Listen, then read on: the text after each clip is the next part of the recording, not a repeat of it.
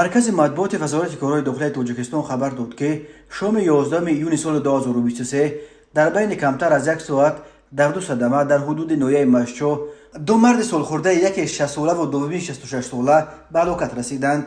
بنا به اطلاع وزارت کارهای داخلی، نزدیکای شام 11 ایون سال 2023 تخمینا ساعت 19:30 راننده ماشین تمغه اوپل زفیر سفاروف کامل سال تولدش 1980 ساکن نویه مشچو هنگام حرکت در راه ماشینگرد خوجند فاتح آباد در حدود شهر بوستان نویه مشچو به خطری حرکت راه را تامین کردن نتوانسته به سکوتر تحت اداره شریپوف شو حسین سال تولدش 1963 ساکن نویه مذکور برخورده است. در نتیجه شریپوف جراحت جسمانی برداشته در بیمارخانه به هلاکت رسیده است.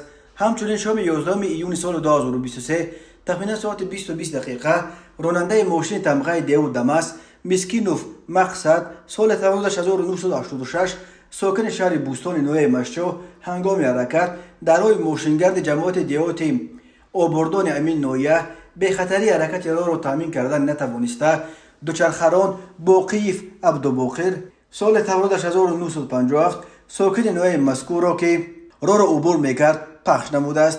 در نتیجه دوچرخران باقیف جراحت جسمانی برداشته در بیمارخانه به هلاکت رسیده است. وزارت کارهای داخلی گفت تحقیق این حادثه ادامه دارد. مرکز مطبوعات وزارت کارهای داخلی تاجیکستان قبلا خبر داده بود که تنها طی روزهای 9-11 ایون سال 2023 در 6 صدمه در راههای کشور دست کم 9 نفر جان باختند.